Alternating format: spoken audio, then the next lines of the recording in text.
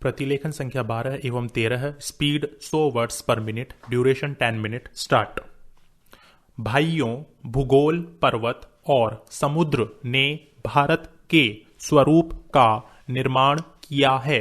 कोई मानव संस्था इसके आकार को बदल नहीं सकती और न ही उसके अंतिम लक्ष्य में बाधक बन सकती है। आर्थिक परिस्थितियों और अंतर्राष्ट्रीय मामलों की लगातार मांगों के कारण भारत की एकता और भी आवश्यक हो गई है। भारत के लिए जिस चित्र को हमने अपने दिलों में संजोया है वह सदा हमारे दिलों और दिमागों में रहेगा। अखिल भारतीय कांग्रेस समिति गंभीरता से यह विश्वास करती है कि जब वर्तमान भावनाओं की उत्तेजना समाप्त हो जाएगी तो भारत की समस्याओं को उचित परिप्रेक्ष्य में देखा जाएगा और भारत में दो राष्ट्रों के अस्तित्व के झूठे सिद्धांत को समाप्त कर दिया जाएगा और सभी इसका त्याग कर देंगे।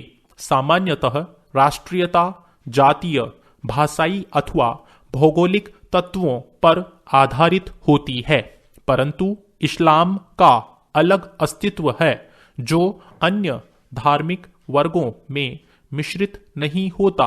55 वर्ष की स्वतंत्र धर्मनिरपेक्ष राष्ट्रीयता के बाद आज भी कई जिम्मेदार मुस्लिम नेता दावा करते हैं कि मुसलमान अलग राष्ट्र हैं। पैरा। एक जिम्मेदार दल द्वारा इतने अधिक करुणाजनक और आत्मभ्रामक प्रस्ताव की कल्पना भी नहीं की जा सकती जितना कि अखिल भारतीय कांग्रेस समिति ने 15 जून 1947 को पास किया था। सभी नेता थक चुके थे और बूढ़े हो रहे थे। आदर्शवाद की जिस ज्वाला ने उन्हें 26 वर्ष पूर्व प्रेरित किया था उसका जोश ठंडा होने लगा था। कांग्रेस का विकास सदा ही बदलते नेतृत्व के माध्यम से हुआ था, परंतु पिछले 25 वर्षों में वही नेता कांग्रेस की सत्ता संभाले हुए थे। उनके व्यक्तित्व और उनके त्याग ने उनको जो ख्याति प्रदान की थी, उनको जो बल प्रदान किया था, उसको कोई युवा नेता चुनौती देने का साहस नहीं कर सकता था। विभाजन के विरोध में केवल एक ही स्वर था और वह था गांधी जी का, परंतु वे भी बहुत बूढ़े हो गए थे और उनका स्वास्थ्य भी ठीक नहीं था। उन्होंने अखिल भारतीय कांग्रेस समिति से प्रस्ताव स्वीकार करने के लिए कहा। यदि वे नई कार्यकारिणी समिति और नई अंतरिम सरकार के लिए नए नेता नहीं चुन सकते, प्रस्ताव को पहले कार्य समिति ने पास किया। गांधी जी से विशेष रूप से प्रार्थना की गई थी कि वे उपस्थित हों और सभा को संबोधित कभी करें। लेखक अखिल भारतीय कांग्रेस समिति की बैठक में उपस्थित था। गांधी जी का भाषण स्पष्ट रूप से उनके दुख का द्योतक था। उन्होंने कहा कि उनके विचार सर्वविदित हैं, फिर भी उन्होंने अखिल भारतीय कांग्रेस समिति को प्रस्ताव पास करने की सलाह दी।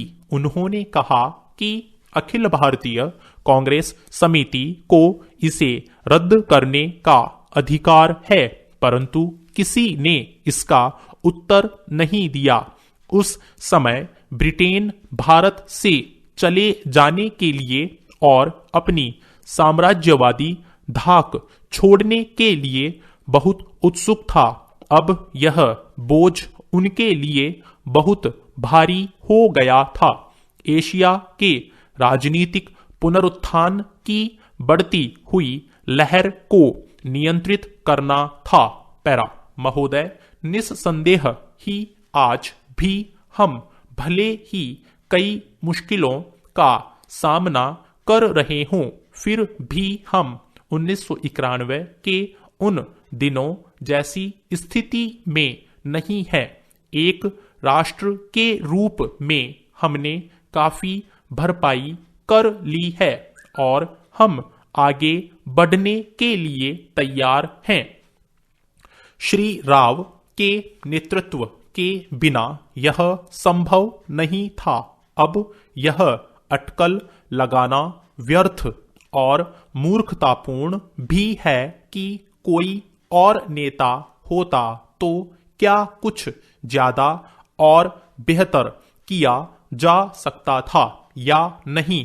तथ्य यह है कि वही नेता थे जिनके कारण हम एक ऐसी स्थिति तक पहुंच गए हैं जो देश और उसकी तरक्की के लिए निरापद है।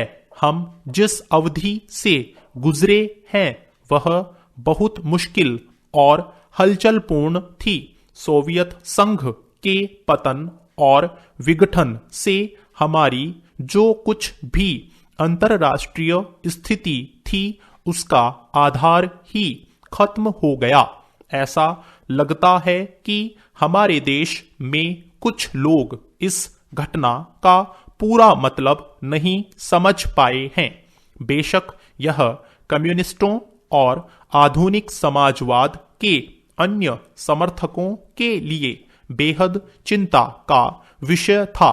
इससे उन सभी निष्पक्ष देशभक्तों को काफी दुख हुआ जिनके लिए सोवियत संघ अच्छा मित्र था और अकेली विदेशी शक्ति थी जो हमेशा हमारे साथ खड़ी होती थी। उससे हमें काफी नैतिक और भौतिक समर्थन भी मिला था। हमारे देश में सोवियत संघ के तमाम मित्रों में भी सभी लोग यह नहीं समझ पा रहे हैं कि आर्थिक, वैज्ञानिक और प्रौद्योगिकी के हिसाब से इसका क्या मतलब था और है। हमें सख्त जरूरत थी तो कोई ऐसा नहीं था जिसकी ओर हम देखते। घबराने और अपने देश को दिवालिया राष्ट्र घोषित करने के बजाय प्रधानमंत्री ने मुश्किलों का डटकर मुकाबला किया। हमें इस संकट से निकालने की व्यवस्था की और साहस के साथ देश को एक नए आर्थिक रास्ते पर अग्रसर किया। पैरा। कांग्रेस ने अपने चुनाव घोषणा पत्र में इसकी मोटी रूपरेखा न बना ली होती तो बेशक यह संभव न हो पाता। इस घोषणा पत्र के मुख्य निर्माता स्वयं राजीव गांधी थे और इसे तैयार करने में श्री राव उनके मुख्य सहायक थे।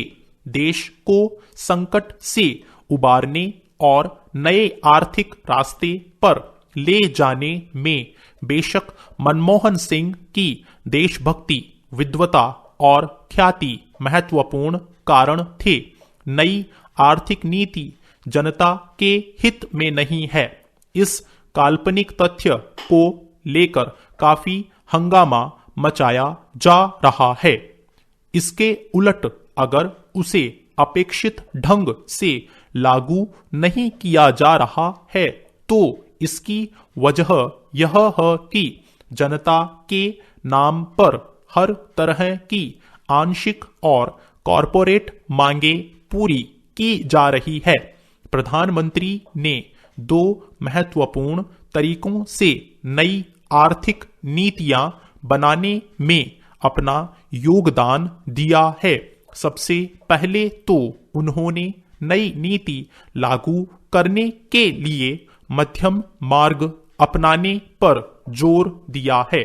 नए आर्थिक कार्यक्रम को लागू करने में उन्होंने जो दूसरा महत्वपूर्ण योगदान किया है वह है इसके पक्ष में राष्ट्रीय सहमति बनाना। स्टॉप।